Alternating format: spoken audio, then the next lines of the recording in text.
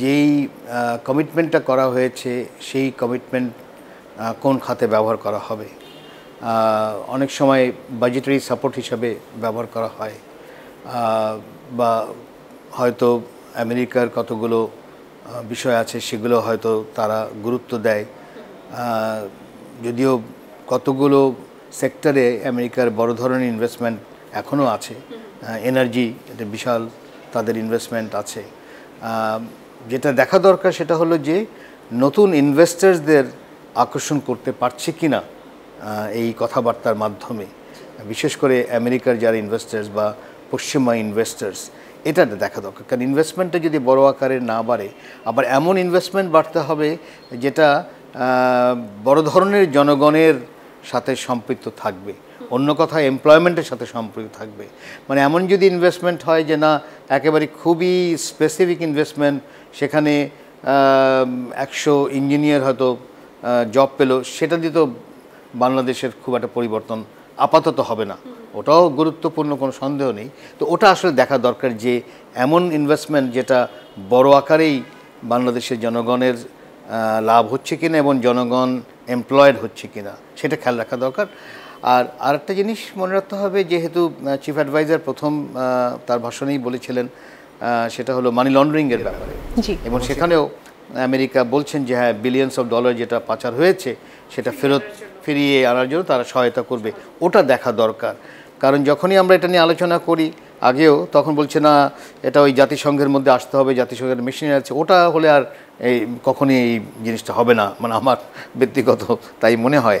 এটা করতে হলে ওই বায়োল্যাটারাল কোনো একটা যে অ্যারেঞ্জমেন্ট হয়, এবং বিশেষ করে যেহেতু প্রফেসর ইউনূস আমেরিকার পলিসি মেকারদের সাথে একেবারে বড় ধরনের তার বন্ধুত্ব আছে, সেখানে যদি তারা একটা ব্যতিক্রম একটা কাঠামো করতে পারে এবং কাঠামো তৈরি করার পরে সেটা যদি দৃশ্যত দেখাতে পারে যে যারা মানি লন্ডার করে নিয়ে গেছেন এই তারা ফেরত পাঠিয়েছেন। কারণ আমরা শুনি 200টা বাড়ি কিনেছে, কেউ 400টা বাড়ি কিনেছে, তাই না?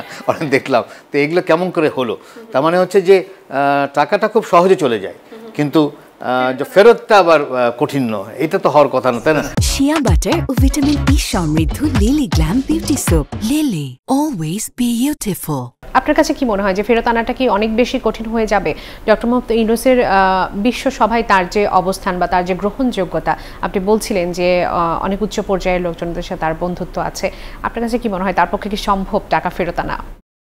আমাদের আশা থাকবে তাই, কারণ যেহেতু তার বন্ধুত্ব বিশাল পলিসি মেকারদের সাথে, সেখানে ব্যতিক্রম করা যায় কিনা। কারণ আমরা দেখছি যে এটা নিয়ে যখনই আমরা আলোচনা করি তখন বলে যে না ফেরত পাঠানোটা খুবই জটিল ব্যাপার ইত্যাদি ইত্যাদি। তাই জন্য যে জটিল, টাকাটা ঢুকতে এত সহজে ঢুকে গেল, কেউ প্রশ্ন করলো না, এতলা বাড়ি কিনলো।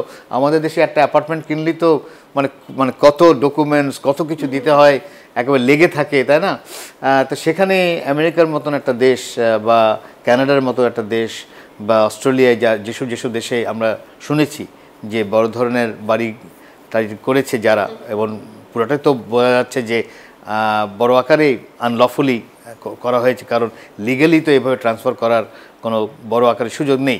তো সেই জায়গায় যদি তার ব্যক্তিগত যেই সম্পর্ক এবং তার সাথে যেই আন্তর্জাতিক পর্যায়ে যে ইন্টারাকশন হয়, সেটাকে কাজে লাগিয়ে যদি একটা ব্যতিক্রম বায়োল্যাটারাল করে একটা অ্যারেঞ্জমেন্ট আমেরিকার সাথে যদি করতে পারে, তাহলে ওটাকে দেখিয়ে কানাডা, ওটাকে দেখিয়ে ইউকে, ওটাকে দেখিয়ে অন্য অন্য দেশের সাথে যেই সমস্যাগুলো আছে বা যেখানে মানি লন্ডার হয়েছে তাদের সাথে সম্পর্ক করে আমার মনে হয় একটা বড় আকারে ফেরত আসার একটা সুযোগ হতে পারে।